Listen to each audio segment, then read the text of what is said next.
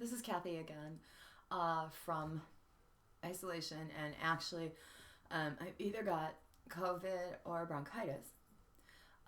98% of you, I hope, do not have this, but 89% of you probably have more functional brain than I do, hence MS in the 11th percentile.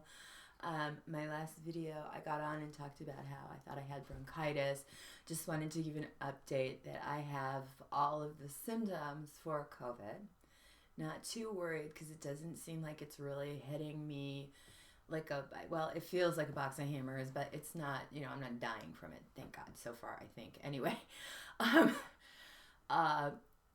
thanks for all the well wishes from people, and those of you watching, I would say please, please, please don't mess with ignoring this, because I got my test yesterday. It's going to be 4 days before I find out my results, but I have all of the lethargy. I mean, this isn't fatigue. I know fatigue. This is just the lack of desire to do anything. I've lost 7 pounds in the past 2.5 weeks without doing anything.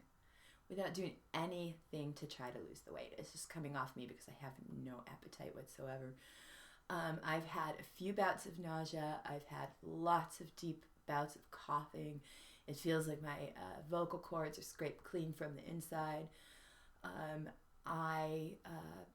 Let's see, I've spiked fevers. I nearly passed out in line at the pharmacy, and I know everybody's going to slag me like they did here in my neighborhood for not just staying home. And yeah, I should have just stayed home, but I thought I could go get a quick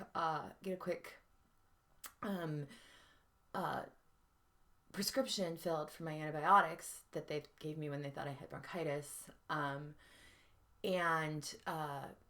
Got a little woozy, got dragged out of line, couldn't really follow directions, do what I was being asked to do. So I was basically, they called 911, which is like super embarrassing. You don't really want to have them do that while you're there. And then 911 said, honey, you're not sick enough for me to take anywhere. What it sounds like, and what this nurse is telling me, is that you have COVID, and it can cause mental confusion, all sorts of things like that. But I would be negligent right now to take you to a hospital because you're just not sick enough. I live in Columbus, Ohio. That's a scary thing to hear, that someone who is an immunosuppressed MS patient or an immunodifferent MS patient is in line at the pharmacy to pick up a prescription and passes out, and they don't transport me to the hospital. That tells me that really some bad things are going on out there. We really need to take this seriously. Sadly, and also gladly, I knew my husband would never tell his boss, so I called his boss and I told her that I was sick and that I was waiting for my test results. He's not allowed back until I get back a negative. And if I am positive, he's not allowed. He would never. He's the kind of guy who would never consider calling in work for just to have to stay home. This is just not his style. He's maybe not happy with me right now, honey. I'm sorry. But I don't want you giving this to the rest of the world if this is contagious. If it's bronchitis, it's not even contagious. But the antibiotics don't seem to be doing much. So to change it. So I'm a little wheezy. I often feel winded, like I've just finished trying to chase down something. Appetite's crappy. I don't care what I look like. I really don't care. I hope this is voted ugliest video of the day on YouTube, frankly. I don't really care. I'm just telling you, stay safe, stay happy, be kind to one another, be patient with other people right now. Yeah, this is like super scary for us, isn't it? We already have a chronic illness, and we know that something's going around that is harming people who have chronic illnesses and who have elders. My father is right now locked away, being asked to stay, kind of forced, in his senior living facility. And that's kind of killing me because I can't see him right now, and that I'm kind of holding myself up. I'm sorry. I'm just going to sit down, and you're just see the bottom. I'll just do this with my hands. Okay. So I can't see my dad, and I'm very sad about that. And I love him. He's stage 4 kidney disease. Daddy, I love you so much. Please, please listen to what they're saying. Listen to what they're telling you. And no, Daddy, I would be there if I could come there and I wouldn't harm you with anything, I would come there. I promise I would. I'd like to ask all of you who are people of faith, give me an extra shout out in your prayers. Just ask that I'm being a fool and that none of this is COVID and that I'm okay.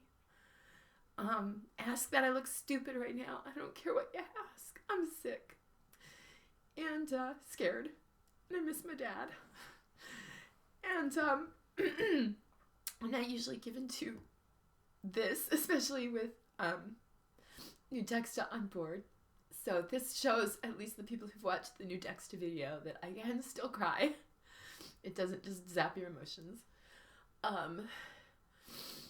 But this doesn't feel good on top of MS. This feels like extreme. Look how red my nose is. Look at that bright red nose there. This is extreme lethargy, not just fatigue. This isn't like, oh, things are hard. This is like, I don't even care. It's like, I'm just not going there. I know my body's deconditioning. I know I'm going to crawl back up out of this hole. I also know that I'm down, like I said, about 108 pounds right now. And that was 7-8 pounds I didn't mean to lose. I've just done that over the past 2 weeks. Because I don't have any appetite. So you guys, I care about you all. I hope you're living your best life with MS. I hope you're living your best life from isolation, or in my case, quarantine, that you can be. And do well, love one another, and I hope you're living your best life with MS.